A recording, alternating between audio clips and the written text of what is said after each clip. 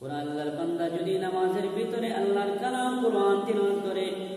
কি পরিমাণ সওয়াব হবে নাকি হবে সেই সম্পর্কে ইমাম গাজ্জালি রাহমাতুল্লাহ আলাইহি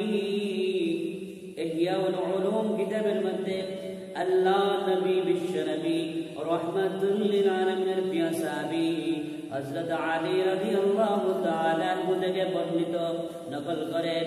তিনি বলেন আল্লাহর বান্দা যদি কোরআন নামাজের ভিতরে তিলাওয়াত করে যত আয়াত তিলাওয়াত করবে ওই ব্যক্তি প্রতি বরফের বিনিময়ে 100 করে নেকি সওয়াব লাভ করবে সুবহানাল্লাহ সুবহানাল্লাহ। কোন আল্লাহর বান্দা যদি ওযরের কারণে অসুস্থতার কারণে দাঁড়ায়া নামাজ পড়তে পারে না বসে নামাজ পড়ে আর আল্লাহর কালাম কোরআন তিলাওয়াত করে নামাজের ভিতরে ওই আল্লাহর বান্দা যত আয়াত তিলাওয়াত করবে প্রতি বরফ তিলাওয়াতের বিনিময়ে 50 করে নেকি সওয়াব লাভ করবে সুবহানাল্লাহ সুবহানাল্লাহ। কোন আল্লাহর বান্দা যদি ওযর সহিত আল্লাহর কালাম তিলাওয়াত করে ওই আল্লাহর বান্দা প্রতি বরফ তিলাওয়াতের বিনিময়ে বদলা 25 করে নেকি সওয়াব লাভ করবে সুবহানাল্লাহ সুবহানাল্লাহ। আল্লাহর বান্দা যদি ওযু ছাড়া শুধু আল্লাহ তাআলার কালাম মুখস্থ আছে কালামের মহব্বতে কোরআন তিলাওয়াত করে বিশেষ কোন সূরা বিশেষ কোন আয়াত তিলাওয়াত করে যত আয়াত তিলাওয়াত করবে যত হরফ তিলাওয়াত করবে প্রত্যেক হরফের বিনিময়ে ওই ব্যক্তি 10টি করে নেকি সওয়াব লাভ করবে সুবহানাল্লাহ সুবহানাল্লাহ। যে ব্যক্তি আল্লাহর কালাম তিলাওয়াত করবে যে ব্যক্তি আল্লাহ তাআলার কালাম তিলাওয়াত শুনবে যে ব্যক্তি আল্লাহর কালাম কোরআন চোখ দ্বারা দেখবে প্রত্যেককে আল্লাহ রাব্বুল আলামিন সওয়াব নেকি দান করবেন সুবহানাল্লাহ সুবহানাল্লাহ। আল্লাহর কালাম কোরআন এমন একটা কিতাব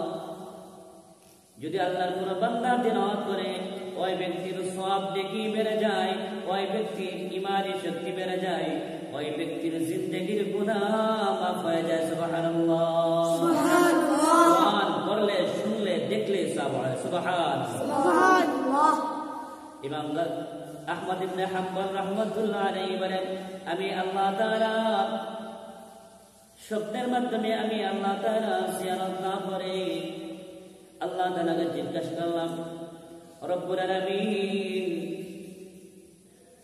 সব থেকে শ্রেষ্ঠ বস্তু কি যা দ্বারা আপনার নৈকট্য লাভ করা যায় আপনার প্রিয় বান্দা হওয়া যায় আল্লাহ রাব্বুল আলামিন বললেন হে আহমদ সেটা হলো আমার কালাম আল কোরআন সুবহানাল্লাহ। ইমাম আহমদ রাহমাতুল্লাহ আলাইহি বলেন আমি আল্লাহ তাআলার নিকটে জিজ্ঞাসা করলাম রব্বুল আলামিন আপনার কালাম কোরআন বুঝিয়া তিলাওয়াত করলে নাকি না বুঝিয়া তিলাওয়াত করলে আপনার নৈকট্যবর্তী হওয়ার মাধ্যম হবে আপনার প্রিয় বান্দা হওয়ার মাধ্যম হবে আল্লাহ রাব্বুল আলামিন বললেন হে আহমদ আমার কালাম কোরআন বুঝিয়া পড়ো অথবা না বুঝিয়া পড়ো উভয় অবস্থায় আমি আল্লাহ তাআলার প্রিয় বান্দা হতে পারবে উভয় অবস্থায় আমি আল্লাহ তাআলার নৈকট্য লাভ করতে পারবে সুবহানাল্লাহ।